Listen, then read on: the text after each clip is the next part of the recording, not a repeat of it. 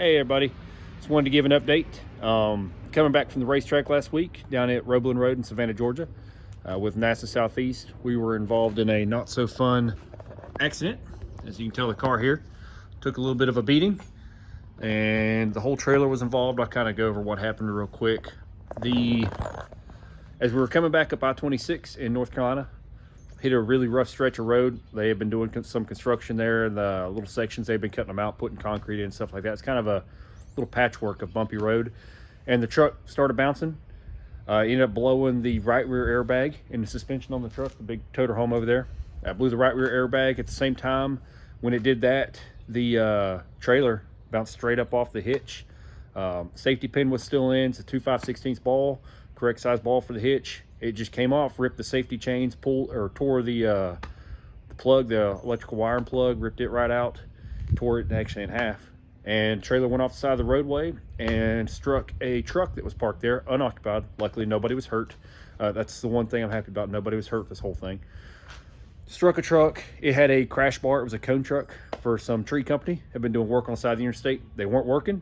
There was no active construction zone. They just parked their truck on the shoulder of the interstate and left it there overnight, which turned out to be really inconvenient. But it hit the crash bar on the truck, tore the whole side out of the trailer. I'll show that later. But what I wanted to do is kind of go over the car and show some of the damage to it and what happened to it. So, crash bar came in on the driver's side of the trailer and hit the front bumper here, pushed it back. 2 days ago, yesterday, we took the car off the trailer.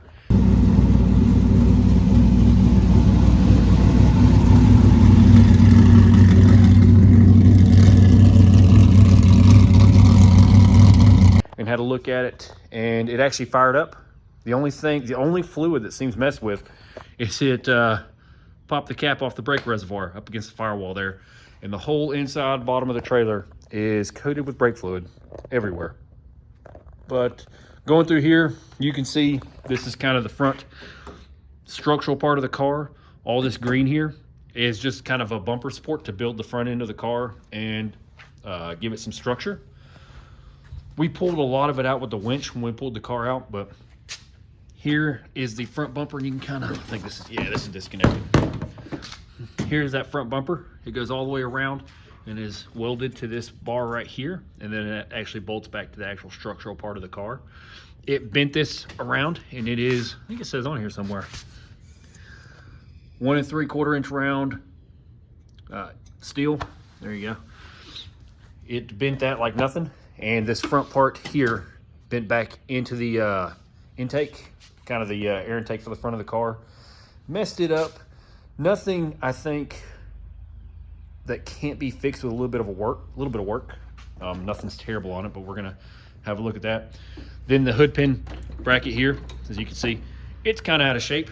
Passenger side, not so much. You can see how it kind of is supposed to look with that round bumper down in there. Then the hood pin bracket over top of it. But everything on this side kind of got pushed back and bent in. Goes down here. This is a fender support. It connects the fender to the front bumper. There's kind of a plate sandwiched in there. You can see on the passenger side, that got pushed back. That was pushed back into the tire. There is some metal supports up in the fender. That got bent, and it kind of just crumpled that over here. But as far as mechanical wise on the car, even the brake ducts are still intact. Suspension's good, control arms look good. Car may need a bit of an alignment. We're gonna have to look at that. But other than that, everything looks kind of good. Radiator wasn't compromised. None of the wiring, like I said, it fired right up. The good news is it's gonna take a little bit of work, but the metal here is actually relatively cheap. I think it's $48 for this S2 front bumper from 5 Star Racing, and I think like $35 for that. So I'm gonna go through, take off what can't be saved, and see if we can't reuse it. I'm gonna try to fix this air intake up here because that's actually very well done, and I like that. And I'm not a very good fabricator. My splitter actually did well. It's still attached to the car, and you can see how much damage it took and how much debris it took, but it ripped the bumper, but saved my splitter. The cool thing about these front bumpers that I've been looking at is they are actually done in 4 pieces. So you have a top half and a bottom half, and they're made in 4 separate pieces. So your front half, or your top half has 2 pieces left and right. You can see where they kind of bolt up here in the middle. This side did tear right here. That's the only thing that's torn on all of this. So I'm thinking to try to be as frugal as possible and get this car back up, I may try to reuse this. The bottom half actually is intact. It's just bent a little bit, but it's just this really hardcore ABS plastic. So I'm gonna try to reuse as much as possible, bolt it back together, kind of do what I did with the front half last time. These metal supports, the metal brackets that held on, heck yeah, look at that, they survived. I'm gonna reuse those and kind of redo the same thing and see if I can put it all back together and save the front half of the car. Like I said, the hood pin bracket and the front bumper will have to be replaced. That's non-negotiable. And I'll kind of go through here, like these body supports, these braces, I will go through and see if I can't find out where they need to go and replace them. I don't know where this one was connected at. It's just kind of loose down here now. I'll have to look at the passenger side and just copy it and see where things go. But I'm gonna take all this off, kind of see what can be saved, what can't be saved, and go from there. But before we do that, I'll go show you the trailer. All right, so here's the front of the trailer. As you can tell, that door is kind of bowed out a little bit on the side, but the real damage is, if you couldn't tell, over here on the driver's side. So like I said, trailer came off, hit a crash bar on that truck, and that crash bar just kind of peeled this back in up here. It only stopped when it ran into the car. So the car was strapped all the way down there in the back. None of the straps failed. What happened is the anchor points in the floor actually ended up ripping out and the car rolled forward. If you've seen the inside of the trailer before, you can kind of tell my cabinets were about 3 feet out to here. The toolbox was bolted in front of that. You can kind of see the outline of where the toolbox was. And there's the front anchor points for the car. Well, there's one of them. Oh, there's the second one. Sorry about all the trash in here. There's the anchor points for that, and that's where I strapped the front of the car. So what happened is trailer hit this. It came to a sudden stop. The car was continuing forward. It took the car, the generator was in between the car and the toolbox, and it wedged that generator into the front of the toolbox. I think you can see it down here. We had to cut the bottom half of the toolbox off in order to get the generator out. I love that generator. Really unfortunate. It's a really good generator. But let's go look at it real quick. Let me open the side over here. Yeah, that's bowed out a little bit. Door likes to pop open. Yep, there that goes. So you can see here, here's the shelf, the counter where I had all my stuff, the shelf up top here. All my fluids actually made it intact. None of that got messed with, fortunate. But the jack and everything was over here. We were able to get some of that out, but just made an absolute mess out of all this. But here's my generator. It was sitting like so, up against the front of the car, and like I said, wedged up into the toolbox. It took a licking. I think the back half is even worse. Ooh, floor is slippery. Yep, there you can really tell how bad that thing is. Pop the fuel cap off. It's somewhere, but like the fuel tank is so recessed down in here, you can't even get a cap on it if you wanted to. Let's see. Let's see if this thing's got any power to it. I mean, it looks messed up. Power on, fuel's on. Let's see.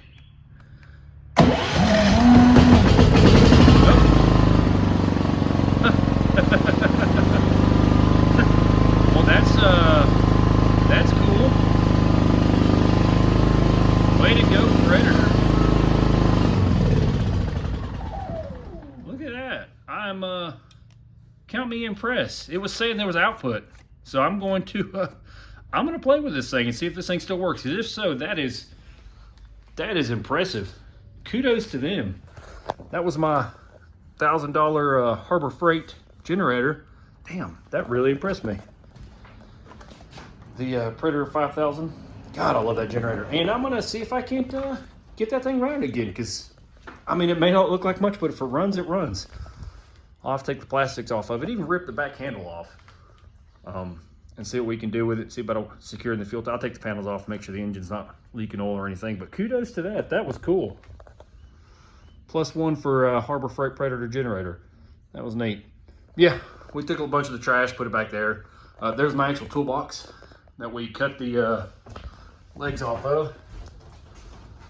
kind of dark in here. There we go. Luckily, I had run the winch all the way to the hook, or to the hook, the front of that, and I was kind of holding it all together to just kind of get the winch out of the way. But it ended up keeping all my tools intact. So all my tools were still in there, my little hand tools, my sockets and all that were in there, until we went to get it out and it fell over and dumped it all out. So yeah, there's that. It's all the trash in here. The winch up front, it pulled the battery out. We had to find the battery and put it back and reconnect it, but the winch still works. So the winch is salvageable. And there's one of my cobalt batteries. I'll need that. I love my cobalt stuff. But yeah, it could be worse. Like I said, we're very fortunate nobody got hurt. Very happy nobody got hurt. Now the process of rebuilding, insurance was less than helpful. I'm gonna probably have to come out of pocket and pay for all this, which it is what it is. Gonna try to get up with the state. Highway Patrol put that road conditions were the contributing factor. Just the way that road was so bumpy, like I said, it blew the airbag on the truck. Now the tire is sitting on the fender, or excuse me, the fender sitting on the tire and rubbing every time it moves. Receiver was good on it. Safety pin was still on the trailer, so wasn't the way we hooked it up. It wasn't faulty. As far as I can tell, there's no contributing factor. We weren't for us, we weren't speeding. We weren't driving recklessly. Just going down the road, we were 1 mile from where we were getting off the interstate. So little things. We drove 300 miles from Savannah, Georgia to here. Never stopped one time. We stopped the first gas station that's like 2 miles from the racetrack. Put diesel in the truck, and we didn't stop again. Not until that happened. And it's kind of funny, kind of not the way it did. We were going down the road, and I was talking to Micah, and I said, man, out of all the road we drove, this is the bumpiest one right here at the house. And Micah just happened to look into the mirror and said, hey Dad, trailer came off.